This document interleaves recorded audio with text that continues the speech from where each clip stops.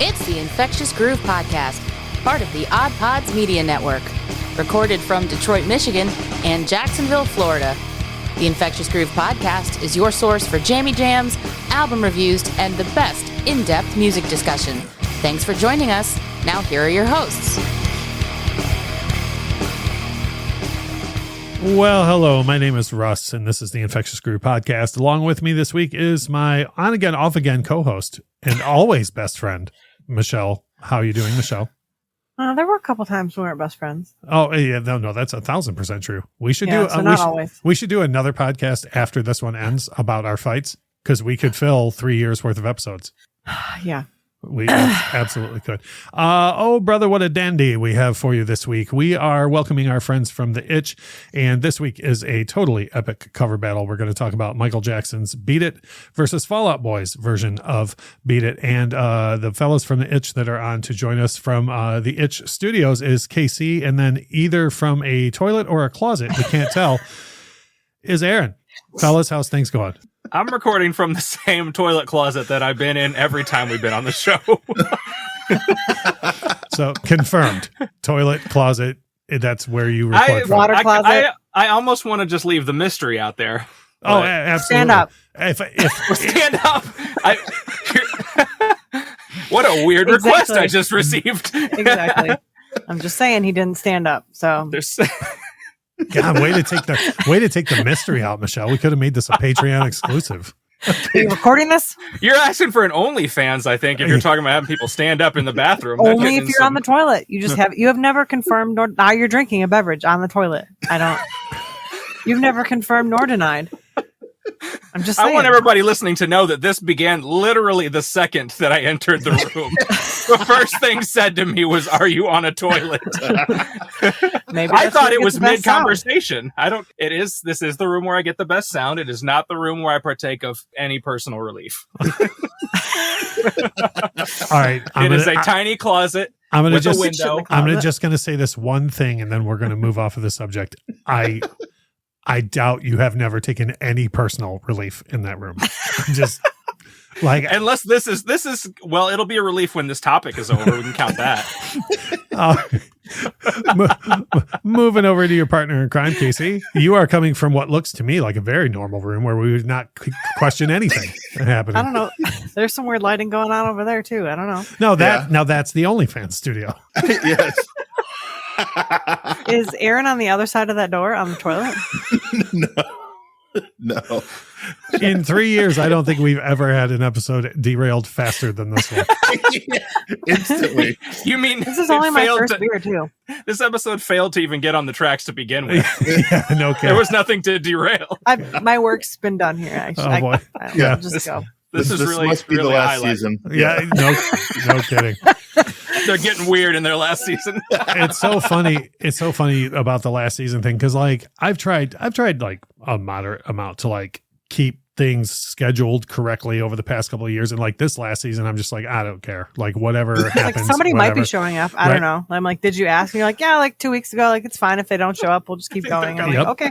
And but like this, okay. So this episode, it was what, I don't know, 2-3 months ago. I got at y'all about doing this, right? So we've had this lined up forever, right? So then like the YouTube channel, so we're recording this episode before it comes out, but after this, we will have had a YouTube video surrounding MJ2, and I absolutely did not line that up at all.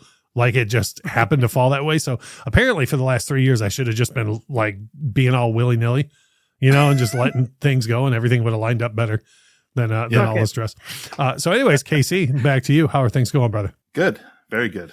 After all that kerfuffle over Aaron, you're like, I'm fine. After all that. You're like, I'm fine, I don't want to answer any more questions. No, you're good.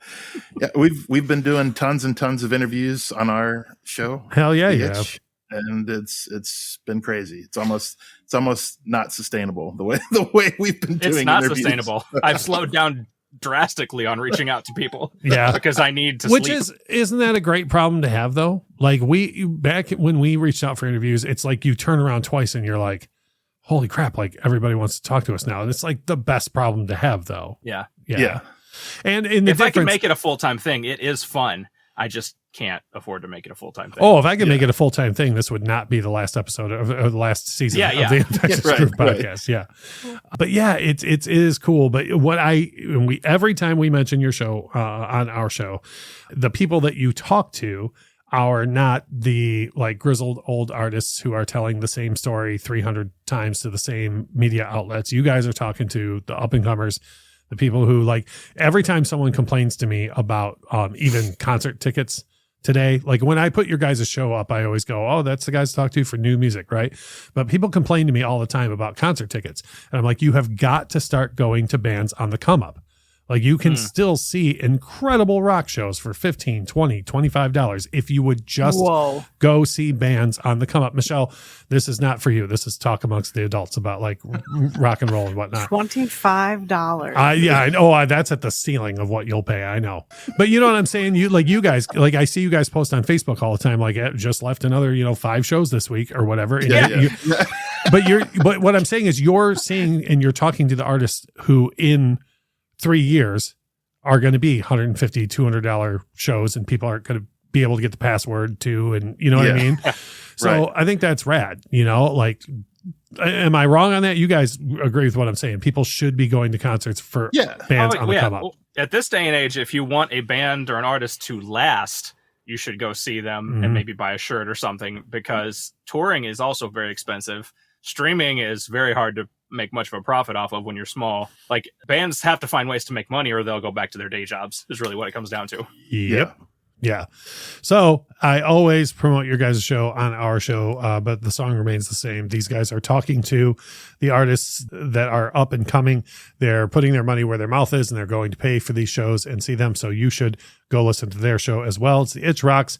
You can go to their website. You can just probably Google, I would assume, the Itch Rocks and find out everywhere to listen to y'all and whatnot. And then maybe at one point on their show, they'll address what I'm now referring to as the bathroom situation. We have feedback coming in. Yeah, bathroom gate. We have feedback from the last couple of episodes that we did. So we'll get into that right now. Feedback, John. Don't worry about that. Right. There's rock and roll be without feedback. Did a YouTube video by request from a viewer a couple of weeks back of albums that changed everything for artists, like that one album where nothing was ever the same for them again. And we had some feedback from a viewer named Michael who wrote in and said, I would add Garth Brooks' Rope in the Wind to your list. He was on the rise with the dance and No Fences, but then Rope in the Wind was an explosion. In high school, it didn't matter what kind of music you listened to. Everyone had at least 2 CDs, Metallica's Black Album and Rope in the Wind. And that was absolutely my experience. And I felt immediately terrible that I didn't include that album in that video because I'm always preaching about that record. So that was very strange. Michelle, is that the favorite of yours of all Garth Brooks albums? Yeah, whatever you just said. Right. Yeah. Okay. I figured, but I wanted to just double check with you. I appreciate that. Sean and Chris over at Dad and the Rock write in regarding our soundtracks episode from last week, and they gave a shout out to Dayton over at the Docking Bay podcast for calling out the Rainbow Connection. Dayton's number 5 soundtrack of all time was the Muppets movie soundtrack, and mostly because of the song The Rainbow Connection, Sean and Chris said that song is not talked about nearly as much as it should be, which I totally agree with. They also went on to say that every week we end up sending them down a rabbit hole, and this week, because of soundtracks, they immediately went to listen to Kiss from a Rose, which was from the Batman Forever soundtrack, which I always think of that as being on a Batman soundtrack, but I can never remember which one it is. Yeah. That's a great soundtrack though. Yeah. Right. Yeah. I don't love that movie, but I like the soundtrack though. Oh, the soundtrack's way better than the movie. Right on. Is it Batman Forever? Yeah. The third one. Seth, of course, has something to say to all of us this week. Of course, he doesn't have anything bad to say about Michelle, though. When Michelle's here to hear it, he doesn't have anything bad to say about Michelle ever. Seth writes in and says, I'm a Struts fan, and I listened to their new acoustic EP, not even knowing that they had covered a Michael Jackson song, so it definitely worked on me. And that was in reference to, I was talking about how the Struts on their new acoustic EP cover one of my favorite MJ songs, which is Stranger in Moscow. And I had made the point that I bet a lot of Struts fans will hear that and not know it's an MJ song, because it's not like he did Smooth Criminal or Beat It or Billie Jean. They did a song that like most people I would think wouldn't even know. And that's funny that Seth, one of our regular listeners, actually listened to that EP and didn't know. So he was like, wow, that's a great song. Seth goes on to tell us his favorite soundtracks of all time, which is The Lost Boys, Rock and Roll High School, Lords of Dogtown, Call Me By Your Name, and Singles, which I feel like if you grew up in the 90s, Singles is like got to be on your list. I never even saw it or heard of it. You always add so much to the discussion.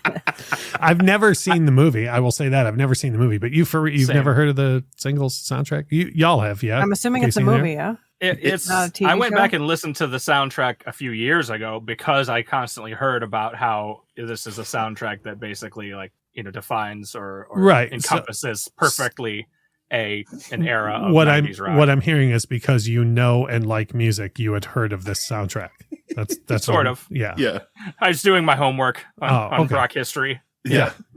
Gotcha. Okay. See, that's a foreign concept for some people on the show. I don't want to name names, but that's a foreign concept. Yeah, I'm not in school anymore. I'm not doing homework. Fuck that.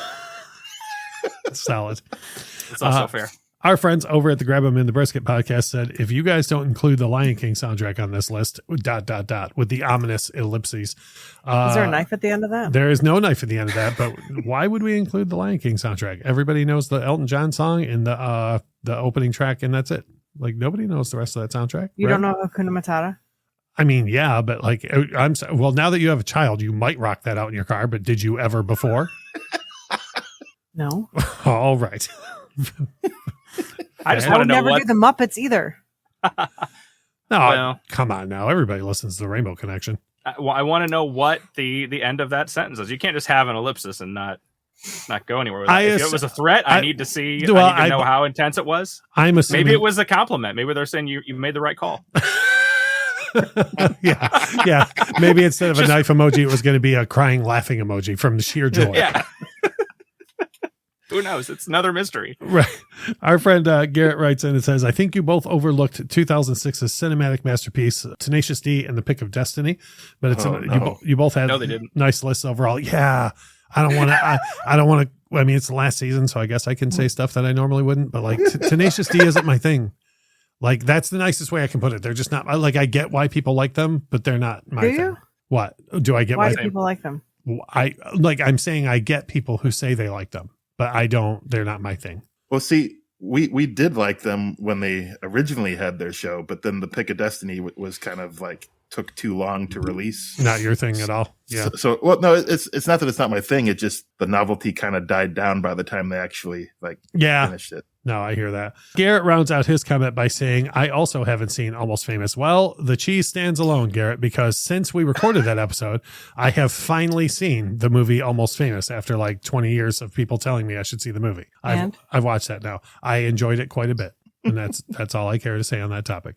Our friend Dave over at Beardfront rounds things out with, please tell me Pootie Tang is going to be in part 2 of your greatest tracks. And I think out of all the suggestions we got, I think we can all agree Pootie Tang is the missed opportunity that we didn't include. Absolutely. Yeah. I mean, how is that not number 1? I know. If nothing else, it needs to be just saying it needs to be a part of every episode. Yeah, we'll do that going forward all the way till the end of the season. So as we always say, you can write to us on Twitter, Facebook, anywhere that you find Infectious Groove Podcast. Leave a YouTube comment, whatever you want to do.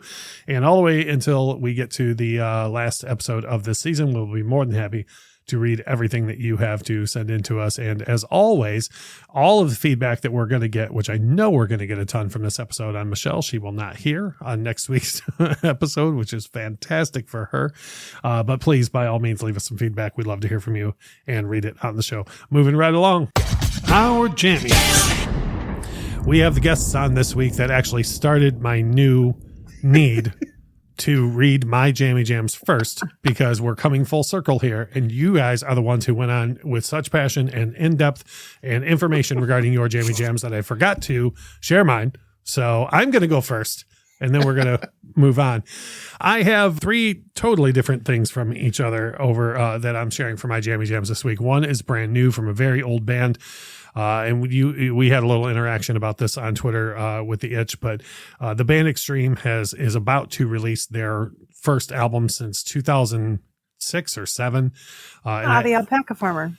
Yes, Michelle, that's correct. Extreme Space Player Pat Badger is an alpaca farmer when they're not on tour, and Michelle came into that information earlier today by way of me and has now recalled it 12 hours I totally knew that. Oh, absolutely. Before you told me. I'm very into alpacas. So back to the band Extreme and their new single. They have a new album coming out in June, which I assume is for my birthday. Like, I have to assume that that's why they picked the release date. Your birthday's in June? Can you believe that? This is the person who just today posted on Facebook about how long we've been friends, ladies and gentlemen.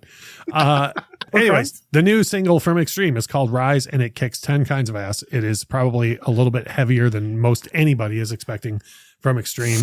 If you're an Extreme fan and you think of yourself as a fan of Nuno Betancourt's guitar playing, you are about to be surprised by him doing even more guitar acrobatics than you've ever heard before. I absolutely adore the song.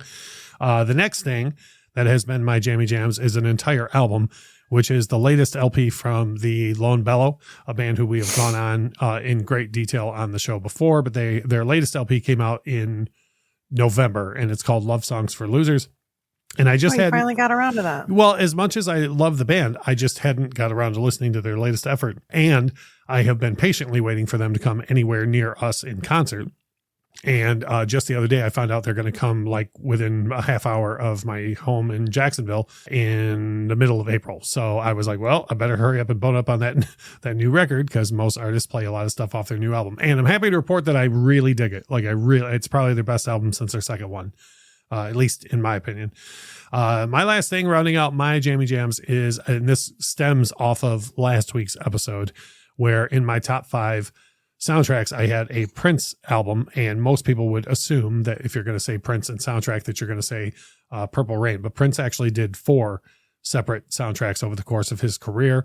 And the one that I had on my list is the Batman, the 1989 album. It's basically, it's a Prince album, but also serves as the Batman soundtrack. And it's just killer, just absolutely killer. So I was revisiting that record a lot over the past week. So those were what I was listening to and what my Jammy Jams were. Let's go to Aaron in the closet and ask him what are your Jammy Jams? This is lose-lose. I remember the last couple times we've been on here, and again, as you mentioned, probably why you ended up forgetting to do yours is because I had a laundry list of tracks and albums for you. Right on. So this time I'm coming at you with a single Jammy Jam. Yeah, going the Michelle route. Yeah. One song. Yeah. All right. So we just released an episode with an interview with Scott Stevens, who is a songwriter, producer extraordinaire. He's worked with a bunch of the biggest names in modern rock, Shinedown, Hailstorm, Dorothy, a whole bunch of people. But he also was, and I guess now is, the frontman of a band called the X's that existed mostly in the early 2000s. They had a few fairly notable radio singles, and he just put out the first single under that name in about 15, 16 years. It's called Spirits High. He's on the Extreme timeline. Yeah, basically it was, I think they coordinated probably. Right. So, yeah. But that, ever since that episode came out a few days ago, the song has been on repeat in my head to the point where I'm actually starting to hate it. Even though I think it's pretty fantastic.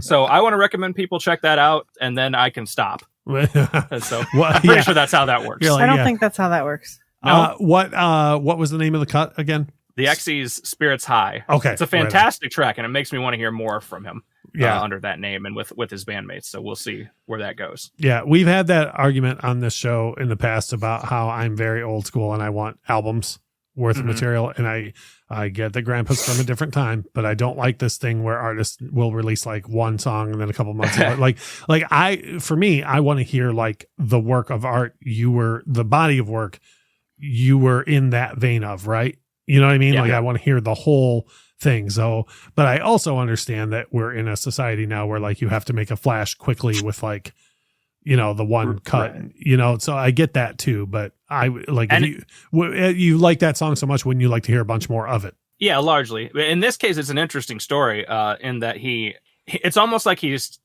didn't initially even intend for this song to be a thing at all. And it's almost like he's sort of testing the waters to find out if there even is interest in more. And so I could see an album coming, but it really depends on, the sustained reaction to it. And that's fair too, with what you were talking about earlier with the costs involved in being a musician now. It's like you can't just go and rent studio time for that much of a, and pay people to be around and the whole thing, get the whole production done, and then find out that it's not going to be a TikTok hit or whatever. You know what I mean? Or like however you have to. Yeah. So, all right. Well, I kid you not. I was like, oh man, they're going to have like 30 jams a piece. But so one out of you, which is great. Casey, are you picking up the slack? Do you got the other 29 or how many did you bring? No, actually, one of the three was Spirits High. So that takes care of that. Right, and I'm not going to really add too much more to it other than, Scott's regular day job is creating other songs with huge artists. So the fact that he took like 2 years to write and create that song kind of just as a therapeutic thing with COVID and everything is kind of interesting. So definitely check out our interview if you get a chance with Scott. But I bring two others to the table. I just saw Des Rocks. I don't know if you're familiar with him at all. I feel like I know the name and that's about it. He think like Elvis, Prince, and like another band rolled into one, and that's Des. As Leonardo says in Django Unchained, you had my attention. Now you have my curiosity. But I just saw him live the other day with Bad Flower, opening for Bad Flower. And he performed a new track that's going to be released in a couple weeks called Never Ending Moment. And it is a really, really good song. Right on. I love that when you get to hear a song live first and you're like, oh man, when everybody else gets to hear this song. Yeah. Yeah. So this couldn't be for more off topic, but one that sticks out for me is we went to see Velvet Revolver the night before their first LP came out. And the only thing everybody knew on the radio was Slither. And of course they did a bunch of STP and Guns and the bulk of the record, but I have a clear memory of hearing Fall to Pieces for the first time that night and being like, oh, they better release this song as a goddamn single. Like, holy shit, and then of course it went nuts when it came out. But yeah, I love that, getting to hear something. And I would assume he probably told you like, hey, this is going to be a thing. Yeah. Yeah. He said, yeah, this is coming out in a couple weeks. If I'm done with it by then, right? Because he's always tweaking songs to the last second. So, well, I'm a Guns N' Roses fan, so I'm not going to shit on anybody for tweaking songs forever. Right. I mean, like maybe don't take as long as Axl does, but I'm also not the whole Chinese democracy. Yeah. Oh, come on! Like you haven't taken 11 years to make a record. Come on, who amongst us? You know what I'm saying? Yeah. So, anyways, you got the three, one of which was already covered. Yeah. And then my last track is from a band called Islander. We just recently talked with the lead singer, Mikey Carvajal, and the song It's Not Easy Being Human, which features Lacey Sturm of Flyleaf. Oh, right on. Really, really good song. So. Flyleaf is one of those bands that like around the Detroit, you know how when you go into any concert venue and you go in the restroom, like the stickers of like every band ever is on the walls, right? Flyleaf is one of those bands who I saw their stickers in restrooms for like 3 years before I ever heard them live. Like I kept being like, who the fuck is Flyleaf? Like I'd always saw their logo and stuff. And then finally I saw them like open for somebody. Yeah. And I just saw you guys talk to Eva Under Fire. Yeah. Eva Under Fire. I just saw a bunch of my friends back home in Detroit all super excited because they're coming there soon too. And it's the same thing. There's a huge venue in Detroit called the Diesel Concert Lounge, and if you go into the restroom there's just those Eva Under Fire stickers everywhere. And I'm like, damn it, they come to Detroit after. They're from near there. So no, I know, but I never saw it. I know, but that would be, it's like the White Stripes before they broke. Like nobody saw the White Stripes anywhere. Right. Like freaking Kid Rock, I walked in on like 20 concerts before he got big, but like the White Stripes I didn't accidentally walk in on, Yeah. But like everywhere I went in Detroit, people would be like, "Oh, Eva just played here," and I'd be like, "How the hell did I miss it again?" They're actually opening a brand new venue. I forget the name of the venue, but it's early April, I think. Up in Detroit. Yeah. Oh, right on. Well, I'm sure Michelle will be there. Yeah. She's big. I mean, well, hold on. As long as the concert starts at 4 p.m. and it's $15 or less, Michelle is totally in. And it has to be on Saturday. Oh, and on a weekend. Yeah. Weekend matinees. All right. Yeah. But every time I hear Michelle complain about concerts, I think about the fact that I saw Jack White on a solo tour. He did a 2 p.m. show for like $15. And I'm like, that's the one Michelle should have saw. I saw a quote from Jamie Lee Curtis. Oh, yeah. I know. Yes. Yeah. Yes, I saw that too. Yeah. So she wants to see, I forget the band, Dave Matthews Band or Elton John or Was something. it I want to see Coldplay? them at 1 p.m. I thought it may be, but like I'm ready to see them at 1 p.m. and I was like, I'm here for this. So to be clear, you and a 70-year-old woman are like in line with your thoughts on. Yeah, but have you seen her? Yes. Okay. All right. Well, that was the Jammy Jams from the It's Fellas, and a surprisingly low amount of Jammy Jams. However, I assure you, these cats are not just on the show name dropping and go, oh, we talked to that guy. Like, these guys are passionate about who they talk to, about what they do, and about supporting who they listen to. So when they tell you that you should go listen to these songs, it is not because they just interviewed someone and that they're obligated to pump up the single. They're telling you that because they love this music. And I can tell you that if these guys are saying, like, I listened to this so much I got sick of it, that's because they're listening to it a lot, and you should too. So having said that, all the tomfoolery aside, my Jammy Jams that no one cares about, the fellas from the Edge that no one cares about, we're at the main event. We are now ready for the cream of the crop, the person who the foremost authority on all things music on this show. Michelle, what have you been listening to? Will. The Wiggles. It's been a Kings of Leon week. Oh, how about that? Just all of it. Just like a little bit of I just all turn of them it. on and then it shuffles and then I listen to that. Forever. I cannot hear even the beginning of the song Mi Amigo without thinking of you. And it's a good one. Really, that whole record, that's what I'm going to say this Come one. Around Sundown. Yeah, but it's what? It's like their fifth or sixth. I think of it as like their second album, but it's like their fifth or sixth. 5. Right on. So do you have any specific Kings of Leon songs or albums you would like to point out? Or? I'm gonna put it on our playlist. Oh, it's a mystery. I mean, yeah. It's not that she's unprepared right now. It's that she's keeping not it a mystery. that. It's totally not that. And then I remembered that who was on the show? Was it Seth? That said that Fall Out Boy had a new single. Yes. Was it Seth that was talking about it? More than likely, it was Seth. Yes. Okay. So I remembered because of this episode, and then I went and listened to it, and I liked it. Oh. Yeah. How about that? On brand. Look at that. It's called Love from the Other Side. The folks in Fall Out Boy are about to shit their britches. So, yeah. Super excited to hear that. All right. Well, as Michelle so casually mentioned during it, the thing she does for you every single week, the listener, is she puts together our Spotify playlist. So if you go on Spotify and look for the Infectious Groove Podcast playlist, you will find, first of all, those songs that Casey and Aaron were talking about. You'll hear a little bit of everything I was talking about. And then most importantly, the mystery of what Kings of Leon songs Michelle was talking about will be solved You'll for have you. to tune in. And so, yeah, you gotta tune in and find out.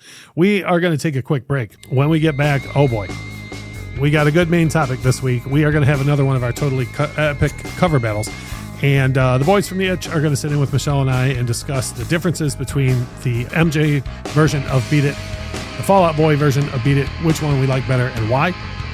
You're listening to the Infectious Groove Podcast on the Odd Pods Media Network.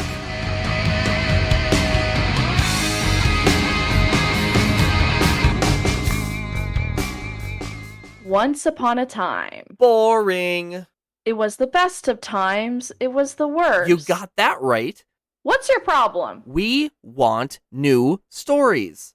Hi, it's Frankie. And Garrett. And we host the Ever Trending Story, a weekly podcast where we bring to life a fictional story created by our own minds and some of the hottest, craziest trends from the internet. Find us wherever you download podcasts, and be sure to join the fun on social media at EverTrendingPod. This is Beer in Front. Every week I'll talk about a beer that maybe we've forgotten along the way while we get those check-ins and badges.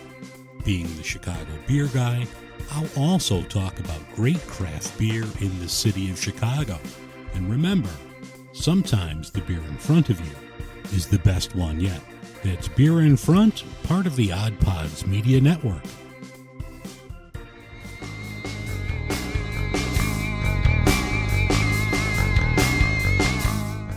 We are back, and I assure you this is the first time we're doing the second half of the Infectious Groove podcast this week.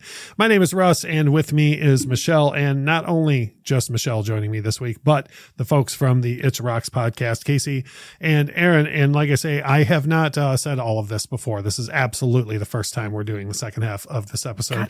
There's absolutely no way I didn't hit the record button the first time. As I always say about the It's Rocks podcast on our show on a regular basis, these guys are not just interviewing a bunch of people so they can pump up their numbers. They're interviewing a bunch of people because they love the music that they're listening to and they want to support new and upcoming art. So please go listen to what their jammy jams were. Go subscribe to their show and support new and up and coming rock and roll, and listen to people who are making the rock talk with people who are very passionate about it. As we get into the second half, which I assure you by the red button is very much being recorded this time, we are going to get into a totally epic cover battle, and this is the second go around for the folks from the It's Rocks podcast on the totally epic cover battle, and the second time that they have chosen a Michael Jackson versus episode for us. And y'all are doing that for sentimental reasons because to keep the memory going. Yeah. I mean, we figure we can bookend it, you know? Yeah, there we go. When we get to the end of this episode, we'll play some like sad Simon and Garfunkel or something as we're all walking away. The end theme of the Incredible Hulk or something as we're all walking away. Yes. Yeah. This time out, the gentlemen are sitting down with us to discuss Michael Jackson's gargantuan hit "Beat It," which was covered by the band Fall Out Boy.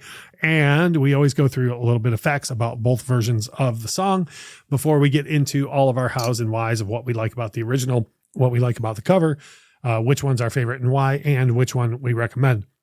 So the original version of "Beat It" came from Michael Jackson's sixth studio record, Thriller. The song was originally released as a single on February 14th, 1983, and the song went to number 1. This was released as a single about 3 months after the record Thriller came out. So you already had a couple of huge hits off of the record prior to this, and the album had already been setting massive amounts of sales numbers. And then this single still went to number 1 early in the next year. When we came around time for the Grammys, the song won Record of the Year and Best Male Rock Vocal. It features an incredible guitar solo from Edward Van Halen, which he only ever performed the song once live with Michael Jackson, which is kind of one of those things that in a way you think should have happened more than it did, but it just only ever happened the one time, unfortunately. And would you say it was a good one time? No, I would not. I strongly recommend you do not look it up on YouTube. And that comes from... Is it like the original version of Cheap Trick? I Want You to Want Me, which is awful until you listen to the version on Budokan. Yes. Yeah. Okay. Don't do that. Speaking of which, we were in the car the other day. We have a joint playlist that Lauren and I listen to in the car all the time. And she put the original version of "I Want You to Want Me" on that playlist. And when it's not too late to get out. And when it started, golly, Miss Melon. When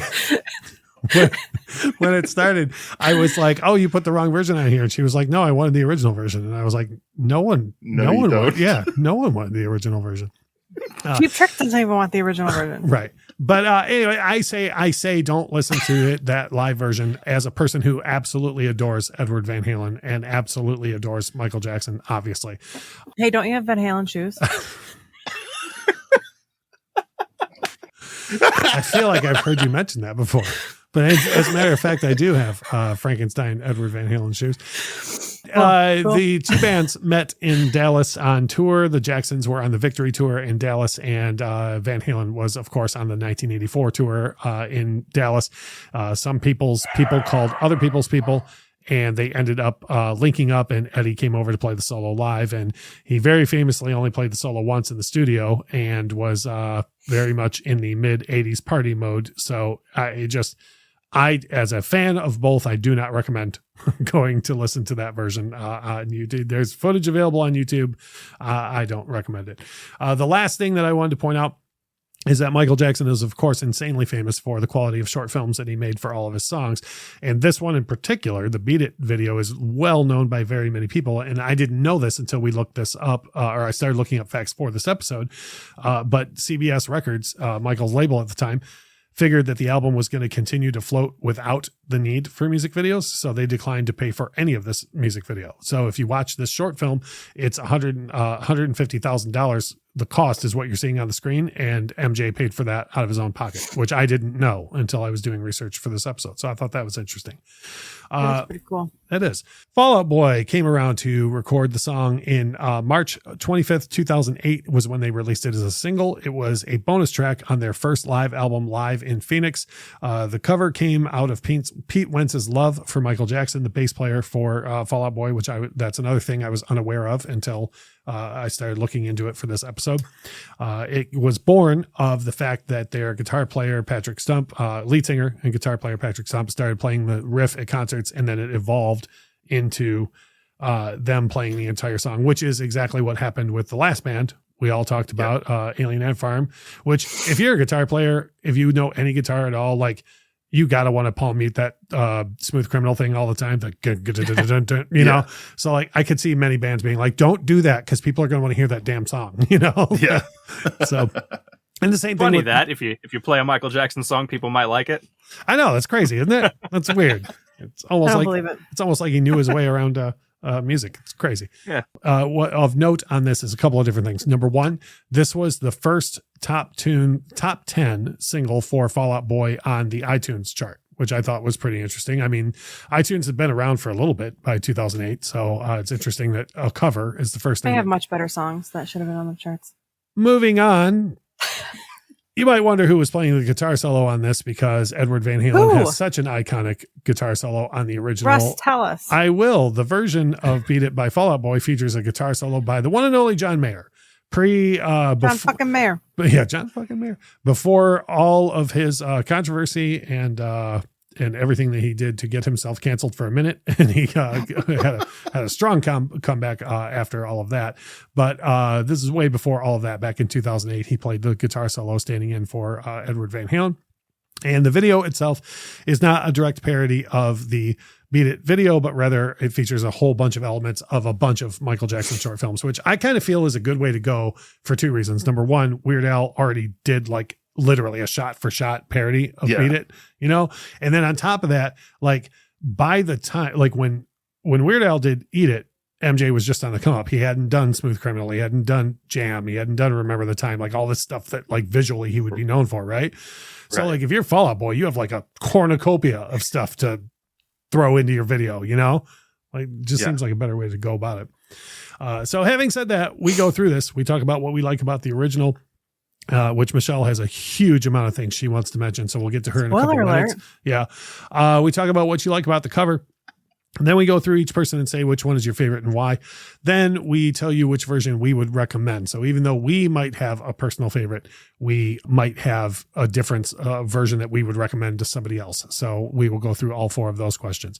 I, as you might imagine, being the lead MJ person in charge here, which is self-appointed, by the way, I have a ton of things. Was there a vote I missed or something? Yes, you were not there for the vote that day. We voted on an episode you weren't here for. Shit. All the voters go to a different school. I didn't send my proxy or anything. Right. Yeah. Having said that, you might know this already, but I have a ton of things that I want to mention that I love about the original. So I will hold off for a little bit. We will go over to Casey from the Itch first, and you can tell us what you love about the original. Now, keep in mind, Michelle has a ton of stuff, so please try and keep it brief. I'll keep it brief. The first thing that I love about the song is Eddie Van Halen's guitar solo and just overall guitar work on the song. I also like all the background vocals and noises that's in the song, and MJ doing what MJ does best. I think we probably talked about this during the Smooth Criminal episode, but if you go listen to like any isolated MJ vocals or whatnot, and I don't mean I'm honest to God, I'm not trying to throw shade at like Freddie or Eddie even, or when you hear these isolated tracks that you can go listen to on YouTube, you know, when you hear MJ ones, you're like, Jesus, that dude's doing like half the work on this song. You know, like if you listen to the Beat It vocal, that dude's not just doing like what you hear prominently in the mix is, of course, the main vocal. And then you hear the he's and the oh Lord and, you know, whatnot. But then if you listen to more than that, that dude's doing like percussion with his whole body, like almost Bobby McFerrin style. And so when you say vocal, it's like the whole thing, you know, there's so much to it. So I want to make sure we leave plenty of room in the middle for this for Michelle to list off the entirety of everything that she likes about the original. Michelle, what do you like about the original version of Beat It? Well, first and foremost, it's catchy as fuck. That's true, which is something you can say about a lot of Michael Jackson music. But I wouldn't. Oh, okay. What a twist. Hot take. Especially for a podcast. Yeah. I have to assume you said that for the lulz, but go on. What? Oh, that was it. It's just moving right along. Just like that. It's catchy as fuck. That's your Michael Jackson. I mean, I also like the things that were previously mentioned, but I'm not going to say it again. Oh, you also like the guitar playing and the vocals. I like Edward Van Halen. I see. No, based on our friendship history, I'm going to say that I'm going to call you out and say that's not true. Okay, when I think of Beat It, I think instantly of the guitar solo. Like, I don't think of the chorus. I don't think of anything to do with Michael Jackson. I think of the guitar solo. That's what plays in my head. Continuing making friends. We'll go over to Aaron. Aaron. You're the one who told me to expand my thoughts. You're the one who tells me to speak out loud. The first take was perfect. Just in and out. Maybe I always have my phone laying here. Maybe just text him to me first before you say them out loud. Should I write them down and just hold them up? When the text comes, I'll either give you a thumbs up or a thumbs down, and if that's for outside voices or not. Let's go over to our other friend from the It's Rocks. Aaron, what do you like about the original? Oh, now, careful. We've already covered that the song is sketchy as fuck. Well, see, that was basically all I had, so I don't know what to do anymore. But I mean, that really covers everything. I mean, yeah. So a couple things. First off, I want to start off topic by saying thanks to Russ for the kind words that he had about the itch at the beginning of this section of the show. It was a major 180 from what he said in the first take that didn't get recorded, and there was way much less profanity. A lot of swearing in that take, Yeah. So the people will probably like us more for what you said this time. Second, you guys actually did cover an awful lot of what I was going to say that I liked about this song. So I'll find what was left. First off, we've established it's, very famously known that Eddie Van Halen did the solo for free. I don't know, Russ can probably tell me more about this, but I don't know how big the story is, but also that solo was so good that the monitor speaker caught on fire during the recording of it. And that's fantastic. Yeah. But really, I mean, and what Casey said, Michael Jackson doing what he does best. And when he said that, where my mind went was Michael Jackson does everything best. Right. Because he's there with the production and the songwriting and partaking in the choreography and the actual dancing. And just the whole vision behind it is really what the thing is with this song. Right. It's the idea, he was out here, trying to preach for unity and whatnot. And so he's making this song about nonviolence in this time period and whatnot. And he's behind it. The label is behind it. They're just the ones who decided, Billie Jean is still charting. Let's put this out anyway, which typically what you do is start putting out a new single when the other one is fading out. Right. They're like, we can get two. And they did. Eddie was in for that concept as well. And the video, this is another thing that I just think is amazing. The video, he recruited actual members of the Crips and Bloods to be part of this music video. Yep. So this wasn't just, I'm going to make a video about brokering peace. Michael Jackson was actually trying to broker gang peace, which is insane in real life within making of it. How do you not love that? Right, and I say insane in the best way I can say insane. You know what I mean? Like, who else would do that? And it gives you an insight into the mind of that person. Like when people say that Michael Jackson was weird, and nobody else on earth would have been like, but get some Crips and Bloods and we'll just talk it out. We'll like dance it out. We can do this. That's how the dude thought. You know what I mean? And like everybody else on the set was probably like, we're all going to die. And he was probably like, no, we're totally going to talk it out and dance it out. You know what I mean? Geez. Which, by the way, and I want to be clear that I'm speaking only for myself when I say this before I go through the things that I have to say about what I like about this. Real quick, the reason, Chris Rock, why people are still listening to Michael Jackson and not R. Kelly is because one person has been proven innocent many, many, many times over, and the other person is a convicted piece of shit, you idiot. Anyways. So many surprises in this episode. I've never been taken off guard so many times in one recording. Again, thanks, alcohol. Again, we're at the end of the run here of the show, so I'm saying some things that I normally would just allude to. But believe it or not, and I'm not kidding, between the three of you, you guys touched on a whole lot of what I love about this track. But mine was probably number one, right? Yeah, absolutely. I actually wrote here, catchy as fuck. I did not. That's a lie. Well, I kid you not. The first thing I wrote in my notes under what do you like about the original is everything with a question mark. Like, I mean, how is that better than it's catchy as fuck? Because I have a lot more points to follow it up, and here they go. The main vocal on this track is insane. And by the main vocal, I mean literally just they told you don't you ever come around here to beat it. Like the actual chorus, the main vocal on the song is insane. Then when you worry about all of the harmonies that this cat is doing over himself, and I know Grandpa's from a different time, but this is pre-auto-tune. This is pre-digital. You don't get 400 takes at it. This is a guy with analog tape coming over himself in pitch perfect timing. It's insane. It's insane. And if you listen to any of those isolated tracks, now this I strongly encourage people to go do. You go listen to these isolated tracks. Michelle has her hand raised. Hold, please. If you go to listen to these isolated tracks on YouTube, understand that nothing you've ever heard in the last 20 years was recorded this way. This is a person doing something with their natural talent. Michelle, I see your hand is raised. This has nothing to do with anything, but if I don't tell you right now, I'm going to forget. Way to start. Did you know that T-Pain is doing a non-auto-tune cover album? Nope. Is it cool if we go back to talking about the natural? He said auto-tune in the so this is on you. She was like, I'm not going to text this to him later. I got to get this out right now. I'm on a boat.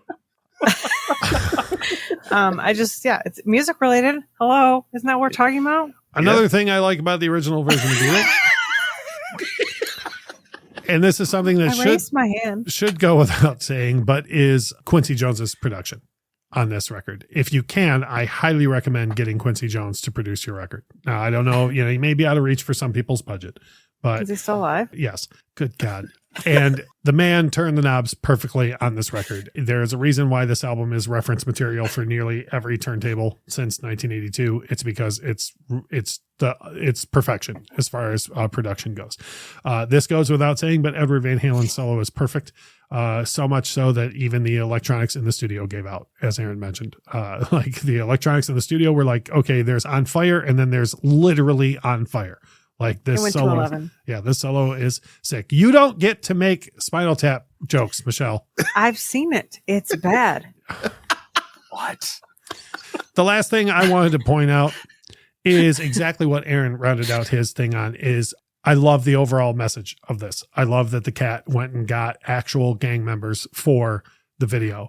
This is not the last time Michael Jackson would talk about injustice, social differences, less violence, healing the earth.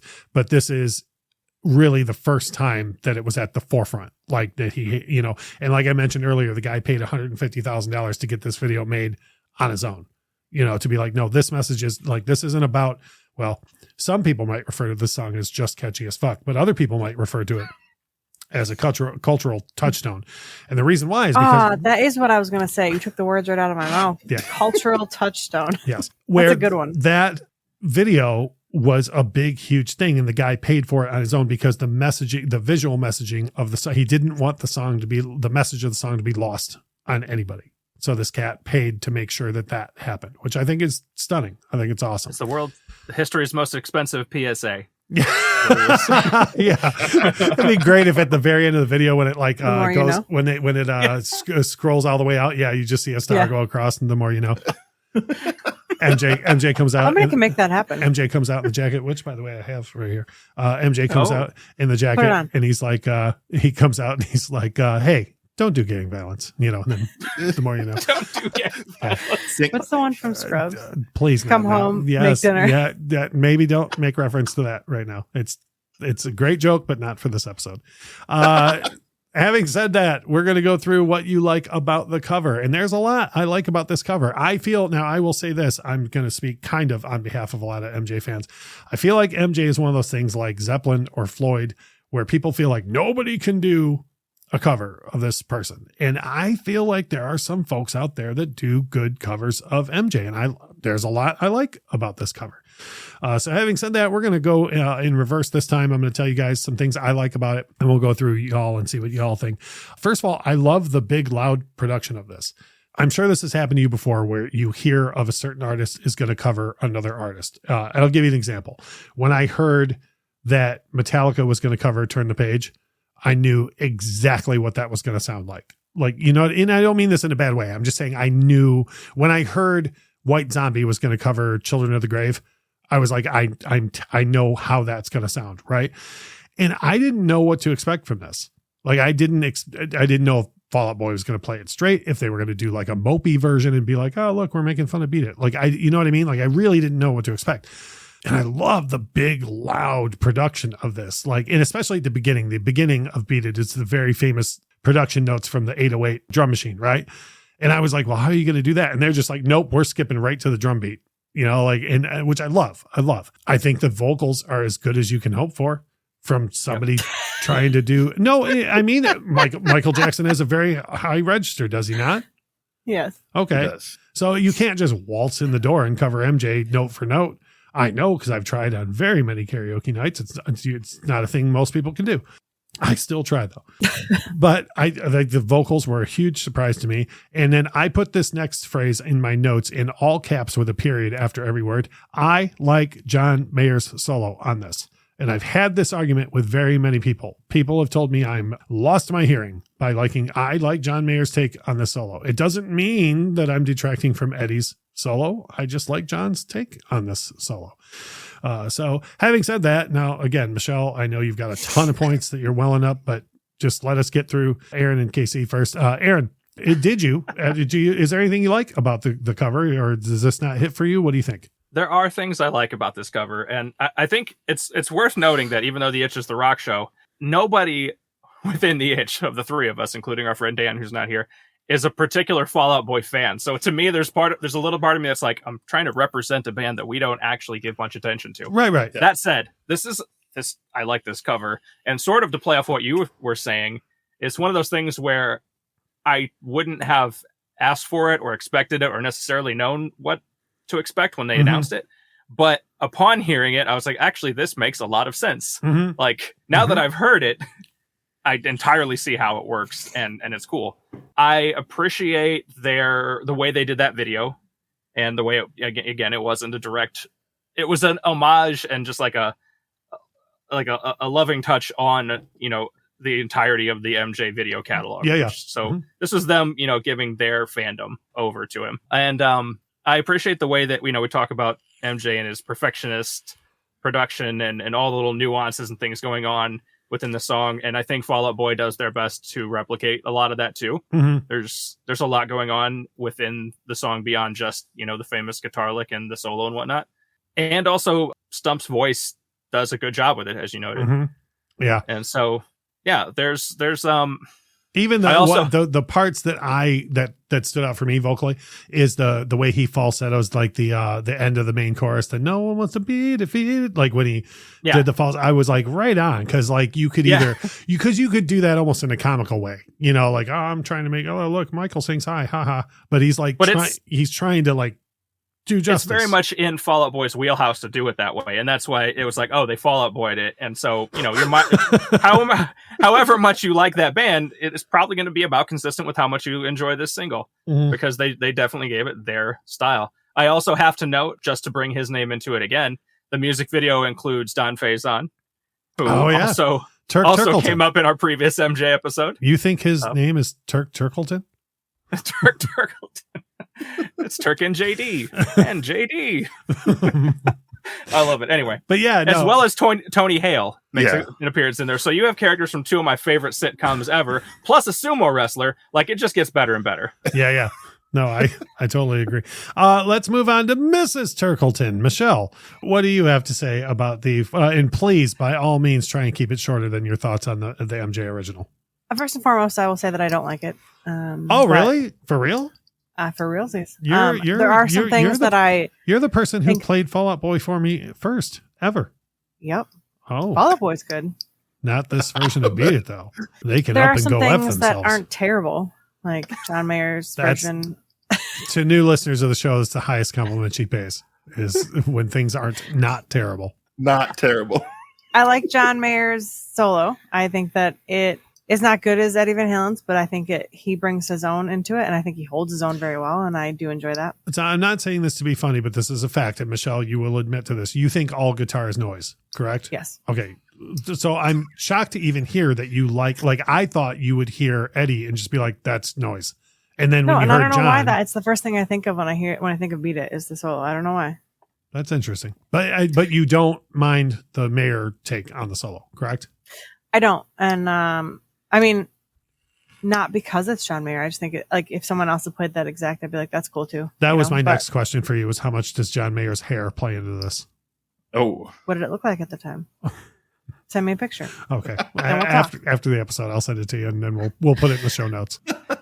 I do like, and this is going to sound crazy when I say it out loud, I do like that it's Fall Out Boy's version of Beat It. I don't like that. It's not just a copy. Yeah. A carbon copy of Beat It. I like that it's Fall Out Boy's own version. Mm-hmm. That being said, I like Fall Out Boy doing Fall Out Boy. I do not like them doing Michael Jackson. Right on. All right. I dig it. I dig the version of it. Ken, what have you got to share with us regarding this? I know, and I'm not being funny. We've covered like a lot between all of us so far. So you're batting cleanup here. What do you like about the cover? I've already mentioned John Mayer, so I won't belabor the point okay, too much. Hold on though. Am I wrong though? This solo is not terrible, right?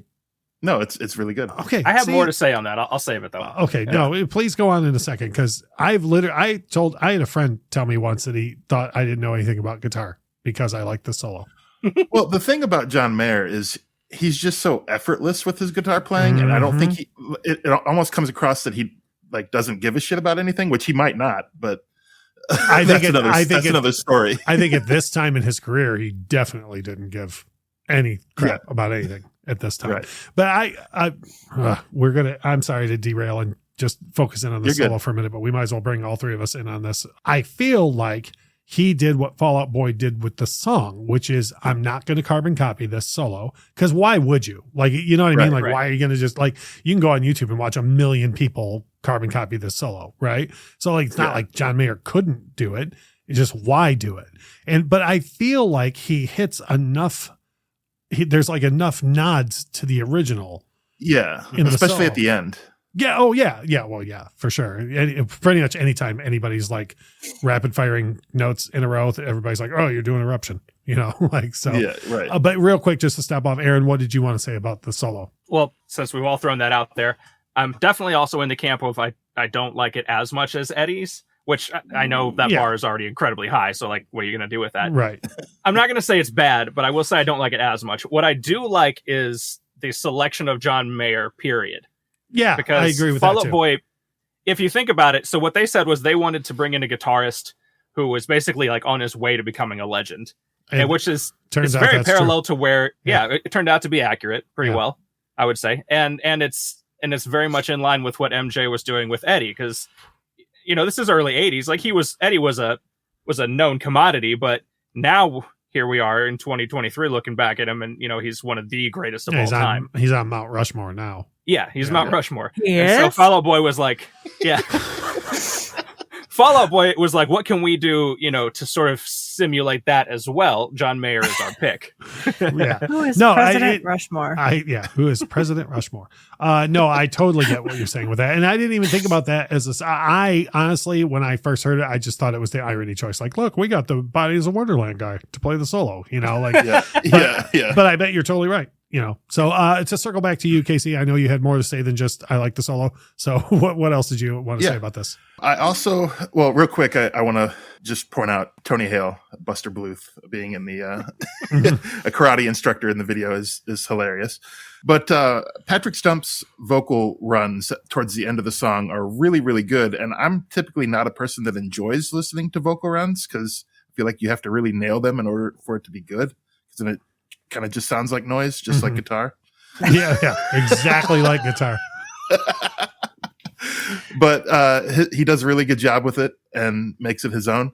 Also, key point here, there are no misheard lyrics with Patrick Stump in this song. Yeah. Because every other song that he ever does, there is misheard lyrics everywhere. Yeah. Not case in point. Go ahead. Case in point. In Centuries, here's the frozen fruit. You cannot tell me that he's not saying here's the frozen fruit in that song, because that is what he says. Yeah. not to plug our own content, but we just had a YouTube video come out the other day that Lauren handled of misheard lyrics, like 5 songs you always mishear the lyrics on. And when we got done, because she just comes up with her lists and then we naturally discuss them in the videos, right? So I usually don't know what's coming. And as soon as we got done shooting that video, I was like, I can't believe Fall Out Boy wasn't involved in this video.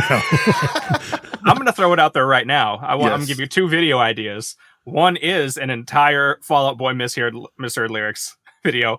And 2 is a 5 favorite MJ covers, because we've already established that there are plenty of them out there that are, are solid. I don't know. There you go. I probably mentioned this during our last time together, or you guys might know, but have you heard the rock cover of Give In To Me by...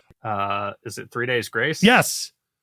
Yeah, as in like No One Wants to Hear from 3 Days Grace. They do a great cover of Give In To Me by MJ. But yes, 3 Days Grace does a great cover of Give In To Me. And then we just talked about last week, the Struts, of all people, cover Stranger in Moscow by MJ. So we could totally come back to that. But yeah, and then what's a fun thing is because Lauren loves classic rock. Like she loves Elton John and Billy Joel and all that stuff. I should just make her listen to a bunch of Fall Out Boy and then come up with what she thinks they said. It's like impossible to know. Yeah, I know. It's much like the Bible. It's a lost language. No one knows what he was really saying in the first place. Patrick doesn't even know. It's fine. Yeah, he's dropping whores and having nuts on his bedpost. It's all good. Oh boy. I just want to point just a real quick deviation, since there's already been 25 of them. There have been, yeah. That Casey and I were college roommates for a couple of years, and that video, an early internet misheard lyrics video for Fall Out Boy, circa, I don't know, 05 or something like that. And it is a core memory for me of our time living together, is watching this video with somebody created the characters in MS Paint or something like that. Yeah. Like when YouTube first came out, it was fantastic. Nice. Having said that, we have a couple of questions to get through before we go to the end of this. I gotta say, this has been a riot. Thank God. Yeah, I know. I know, Michelle. It's well past your bedtime. That's my bad. One of the first questions we ask at the end is, which one is your favorite and why? I'm going to abstain from this question for now, and I'm going to roll through everybody on the show. Casey, which version of this song do you prefer and why? I'm going to keep it short and sweet. I'm going to stick with MJ because it's just hard to beat it. Oh, zinger. Oh, I see what you did there. Zinger. Michelle, which version is your favorite? The original, hands down. And I assume the why is because, as previously mentioned, it's catchy as fuck. It is catchy as fuck, and I'm not saying that it is the be-all, end-all. Fall Out Boy just didn't touch it. Like, there might be another... So you're saying that on the horizon, someone, maybe you, could cover Beat It better. Oh, I definitely could, but I just haven't recorded it yet, so it's not in the running. So I understand. We will release that as a bonus track to our double box set of our Itch Rocks podcasts that are coming out. Yeah. I'll get my warm water with lemon going. Please. Yeah. I would suggest a ladder and a baseball bat to hit the high notes in this as well. Aaron. I have a lovely voice. All God's children. Aaron, when we talk about Fall Out Boy versus Michael Jackson, which version of Beat It is your favorite and why? You have to go with Michael Jackson on this one. This song is too iconic for the 1,000 reasons that we've already noted. I want to add one more though, supporting argument. Tear it up. I've heard people speculate that without Eddie Van Halen joining Michael Jackson for that solo, we might not have later gotten things like the Run DMC Aerosmith collaboration. And so there is a trajectory. I'm going to give a sliver of credit. There's many other artists that deserve a lot too, but a sliver of credit for this marrying of rock and pop that if you listen to The Itch, or if you do listen to The Itch, you'll realize that combination is vital to our show's existence. Right. Yeah. And I will say this, the most argumentative thing that I can say toward that is that I had never considered that before, that like without that, we might not have got to. But as soon as you said it, I was like, oh shit. I don't know. Maybe I don't know. Maybe not. Yeah, I'm not saying it's a definite, but I think that there's something in there. This combination of genres. You know, Michael deciding this is what I would like to hear a rock song sound like. Well, I mean, it's well documented that both sides of the fence got exposed to things they had never heard before because of Beat It. So at the very minimum, you have that aspect of the argument for sure. Yeah. I let me say this. I had never thought of it before, but I would never disagree with what you said. Let me put it that way. Fair enough. My complete notes on which is your favorite and why is the following. I'm going to read directly off my notes. Come on now. That's literally what I put in my notes. I mean, come on now. Moving on. Michael Joseph Jackson. Come on. In every way. In every way. If I was going to say there was anything that might sway me one way or the other, it might be the whole idea of having Mayer play the solo and what he did with the solo. So not even the Fall Out Boy part. Oh, no. And Fall Out Boy added cowbell to the track. How dare you? Fuck yeah. If Quincy Jones didn't think it needed cowbell, it doesn't need cowbell. Let me just say that. I'm going to disagree on that count, but it's still an MJ no matter what. You are for the frivolous and overuse of cowbell as much as possible. I have yet to hear enough cowbell in my life to feel that it's ever been frivolous and overused. Yeah, I can't even disagree. The last question we ask is a Michelle original. It's which version would you recommend? And for me, I'll start this off. Obviously, I would recommend and have to people all over the earth to listen to the Michael Jackson version. Have you met someone who hasn't heard it? No, but if I do, I'm going to be like, boy, have I got something for you. Well, you said you do recommend it. That's like how I open most conversations in public with people. Like, no, you say, have you heard the people are like, hey, do you know where this is in the store? I'm like, have you heard Beat It? So if somebody ever says, no, I haven't heard Beat It, I'm going to be like, boy, have I got a track for you. Also bananas are in aisle 4, but check this shit out first. So obviously I would recommend MJ. However, I would say, and we touched on this earlier, if you're a Michael Jackson fan and you're listening to this going, oh Jesus, how could they even compliment? Oh man, the original's the mountaintop. Please, if you haven't, go check out the Fall Out Boy version. I assure you it's not terrible.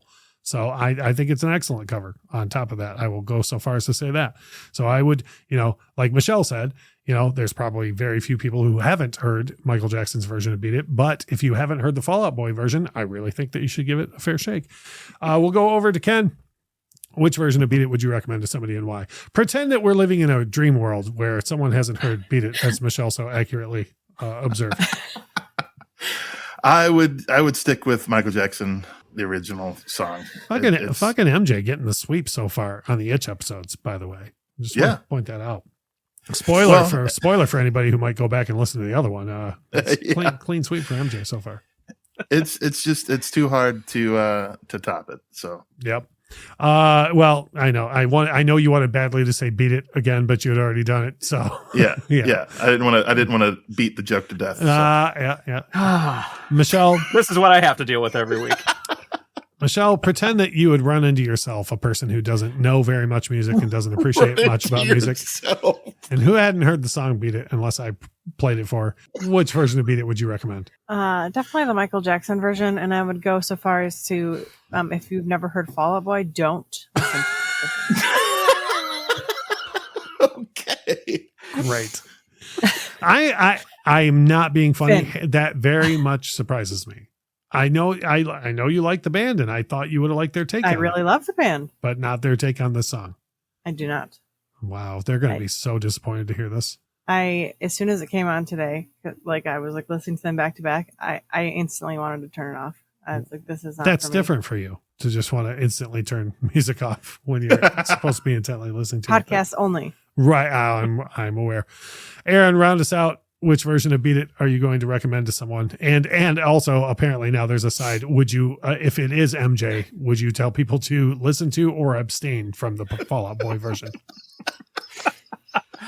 So the answer is MJ, and I'm definitely not just saying go listen to it. I'm saying go find the video. Yeah. Because if MJ thought the video was worth making to get his point across, then I think it's worth watching to get his point across. Yeah. And now we're bringing music videos into this. What? Recently uploaded in 4K for the first time. So if you've watched seen it earlier today, can confirm. I can't handle this anymore.